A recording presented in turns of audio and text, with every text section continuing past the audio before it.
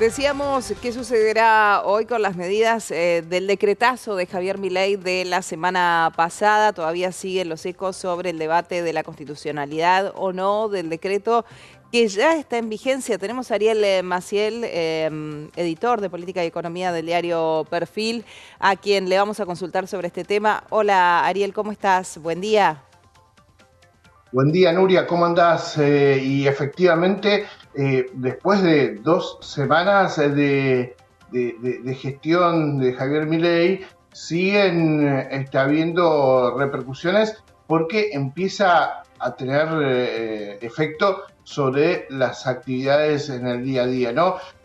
Más allá de la caída de las ventas durante las fiestas navideñas, que significó justamente el primer impacto del inicio de la recesión que se pronostica para el país, digo, ¿no? Donde si bien la caída fue un poco más suave de la que se esperaba, el piso de comparación ya era muy bajo, ¿no? Recordemos que el año pasado la caída había sido de casi el 20%, en este caso fue del 2,5%, pero en este contexto y pensando hacia adelante, hay dos cuestiones que nosotros veníamos señalando, ¿no? Primero, primer punto, las medidas de Luis Caputo, que había tomado a pocos días de la asunción de Javier Milei, entre otras, la devaluación del 120%, ¿no? Sí. de la que habíamos hablado, y parece que nos olvidamos dentro de muchas de las cosas, porque no fue solamente la devaluación, sino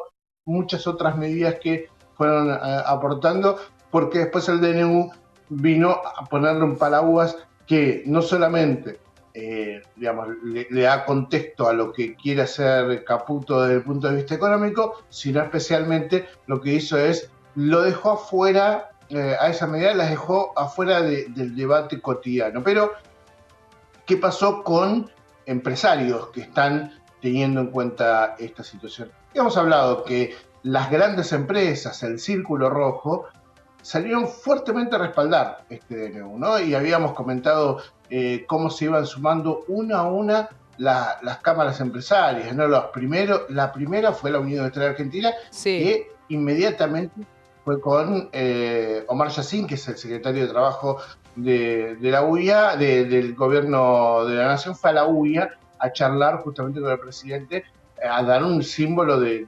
respaldo muy importante. Pero después se sumaron rápidamente la Cámara Argentina de Comercio, pudimos ver a IDEA, el foro Sí. que existe, los empresarios que están en AEA, e incluso Lo que pasa es la que las Cámara empresas se de ven Comercio. digamos, de alguna manera que el gobierno también le da lugar al empresariado para lo que es la toma de empleados con mayor facilidad o sin el temor de la industria del juicio amenazándolo frente a la toma de un empleado nuevo. No solo las grandes compañías, sino también las pequeñas y medianas empresas, ¿no?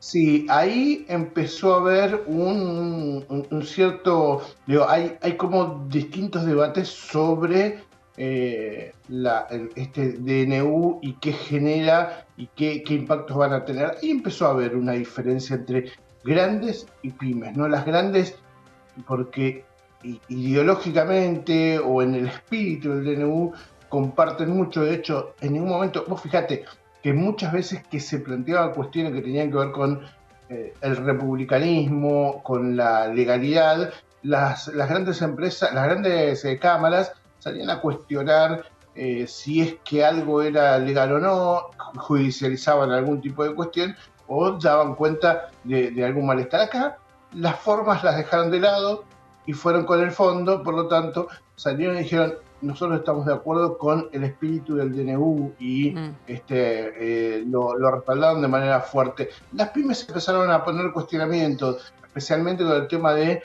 la conflictividad que puede generar toda esta situación, pero con un hecho muy concreto que es la falta de diálogo, y porque sienten que existe una negociación, una charla directa del gobierno con las grandes empresas, pero no con las pymes.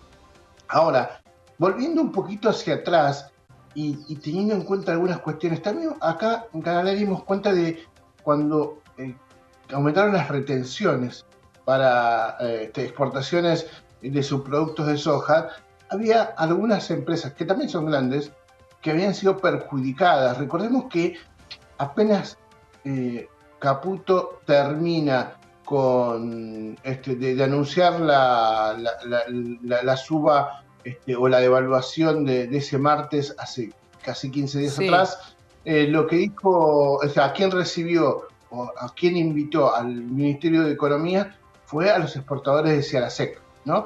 Estos que son los que generalmente liquidan y les generan muchos dólares al país, porque, bueno, aumentaban sus condiciones para las exportaciones, pero les daba otro contexto.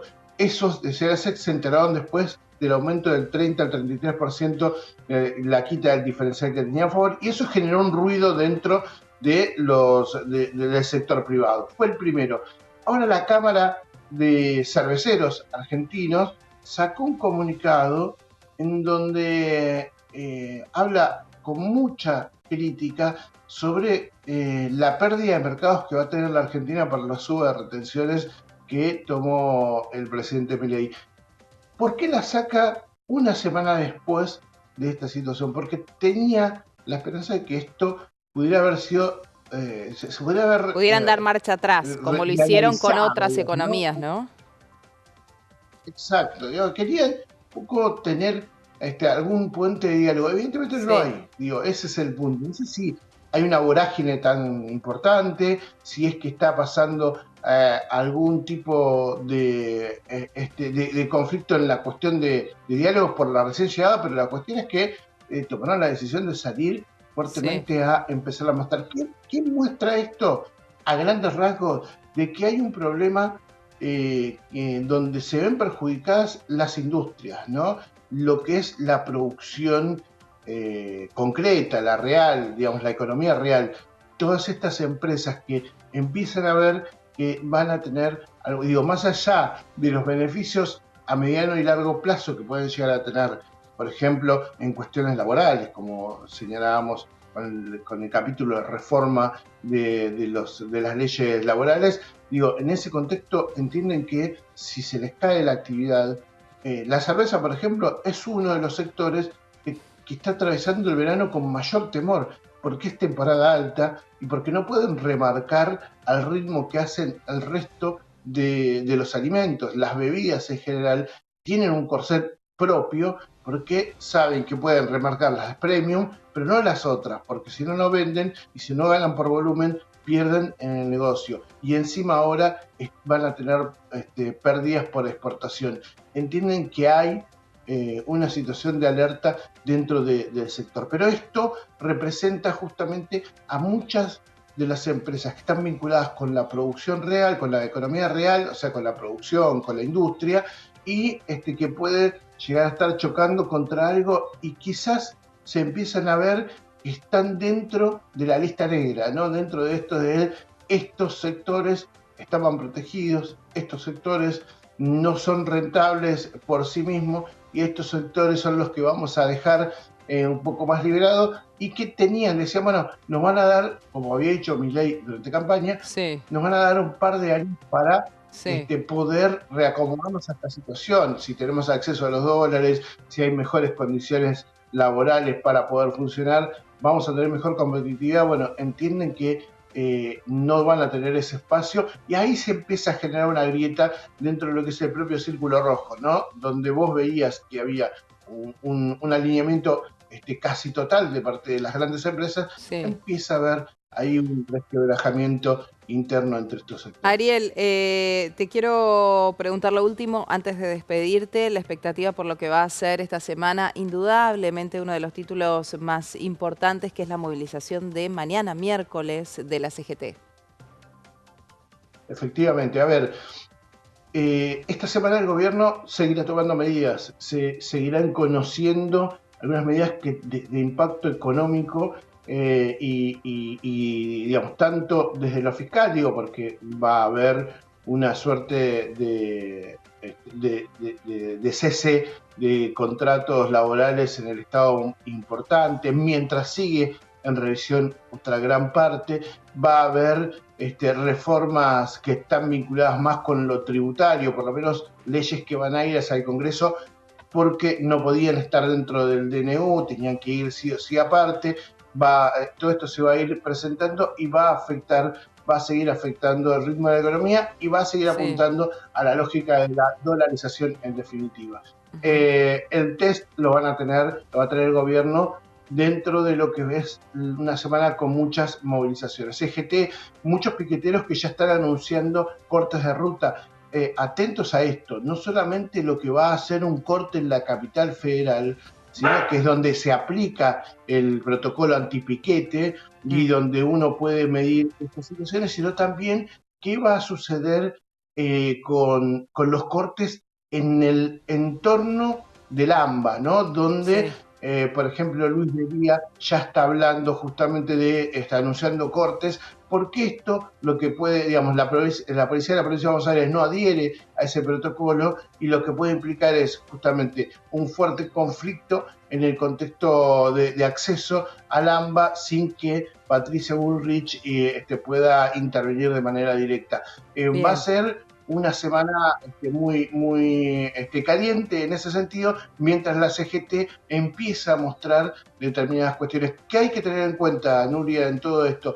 Si prospera esta idea de algún modo de desarmar el DNU del gobierno, ¿no? Desarmar el DNU e ir por ley por ley, teniendo en cuenta que ha negociado con gobernadores, con opositores y demás durante todo este tiempo. El DNU sirvió como para ablandar algunas resistencias, es que la CGT no termine negociando la caja de las obras sociales, que de algún modo esa desregulación le generaba un perjuicio, y permita el debate de las reformas laborales que tiene como un origen, por lo menos lo toma el gobierno así, la ley o las relaciones laborales con el marco WOCRA, y de algún modo dar un debate desde ese lado. Habrá que ver qué es lo que se plantea la CGT durante esta semana y especialmente cómo sigue el diálogo con el peronismo. Bien, Ariel Maciel, editor de